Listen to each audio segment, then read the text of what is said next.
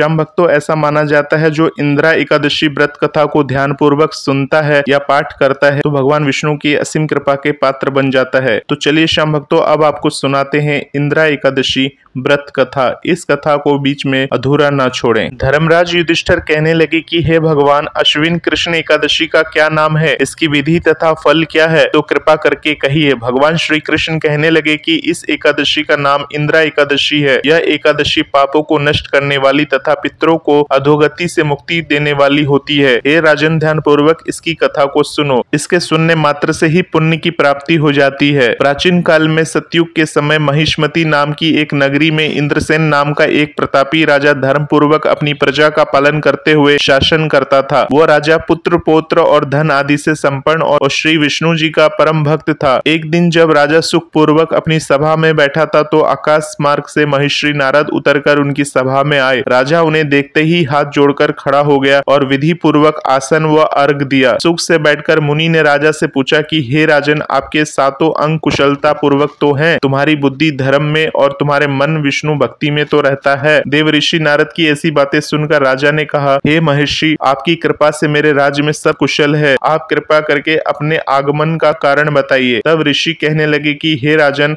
आप आश्चर्य देने वाले मेरे वचनों को सुने। मैं एक समय ब्रह्मलोक से यमलोक को गया। वहां श्रद्धा पूर्वक यमराज से पूजित होकर मैंने धर्मशील और सत्यवान धर्मराज की प्रशंसा की। उसी यमराज की सभा में महान ज्ञानी और धर्मात्मा तुम्हारे पिता को एकादशी का व्रत भंग होने के कारण देखा। उन्होंने संदेशा दिया, सो मैं तुम्हें कहता हूँ। उन्होंने कहा कि पूर्व जन्म में कोई विधन हो जाने के कारण मैं यमराज के निकट रह रहा हूँ। सो हे पुत्र, यदि तुम अश्विन कृष्णा इंदिरा एकादशी का व्रत मेरे निमित्त करो तो मुझे स्वर्ग की प्राप्ति हो सकती है। इतना सुनकर राजा कहने लगा कि हे महर्षि, आप इस व्रत की विधि मुझसे कहिए। नारद जी कहने लगे, अश्विन माह की कृष्ण पक्ष की दशमी के दिन प्रातःकाल श्रद्धा पूर्वक स्नान आदि से निर्वित होकर पुण्य दोपहर को नदी आदि में जाकर स्नान करे। फिर श्रद्धा पूर्वक पितरों का श्राद्ध करे और एक बार भोजन करे। प्रातःकाल होने पर एकादशी के दिन दातुन आदि करके स्नान करे। फिर व्रत के नियमों को भक्ति पूर्वक ग्रहण करता हुआ प्रतिज्ञा करे कि मैं आज संपूर्ण भोगों को त्याग कर निराहार एकादशी का व्रत करूंगा। हे अच्युत, हे पुंडरीकाक्ष, मैं आपकी शरण में हूँ,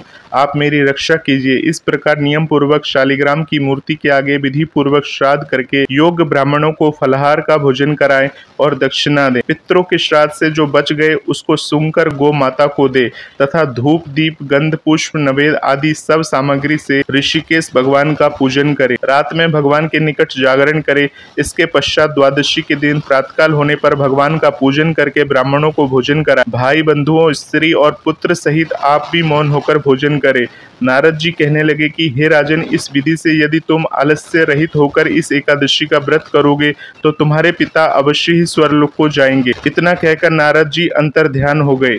नारद जी की कथा अनुसार राजा द्वारा अपने बांधवों तथा दासों सहित व्रत करने से आकाश से पुष्प वर्षा हुई और उस राजा का पिता गरुड़ पर चढ़कर विष्णु लोक को गया। राजा इंद्रसेन भी एकादशी के व्रत के प्रभाव से अंत में अपने पुत्र को सिंहासन पर बैठाकर स्वर्गलोक को गया। हे युधिष्ठिर, यह इंदिरा एकादशी के व्रत का महत्व मैंने तुमसे कहा। इसके पढ़ने और सुनने से मनुष्य सब पापों से छूट जाते हैं और सब प्रकार के भोगों को भोगकर वैकुंठ को प्राप्त होते हैं। तो श्याम भक्तों, भगवान विष्णु ये कहते हैं, जो भी इस एकादशी की कथा को श्रद्धा पूर्वक सुनते हैं, भगवान विष्णु की कृपा उनके पूरे परिवार पर बनी रहती है। आप सभी को इंदिरा एकादशी की हार्दिक शुभकामनाएं। जय श्री श्याम, जय श्री राधे।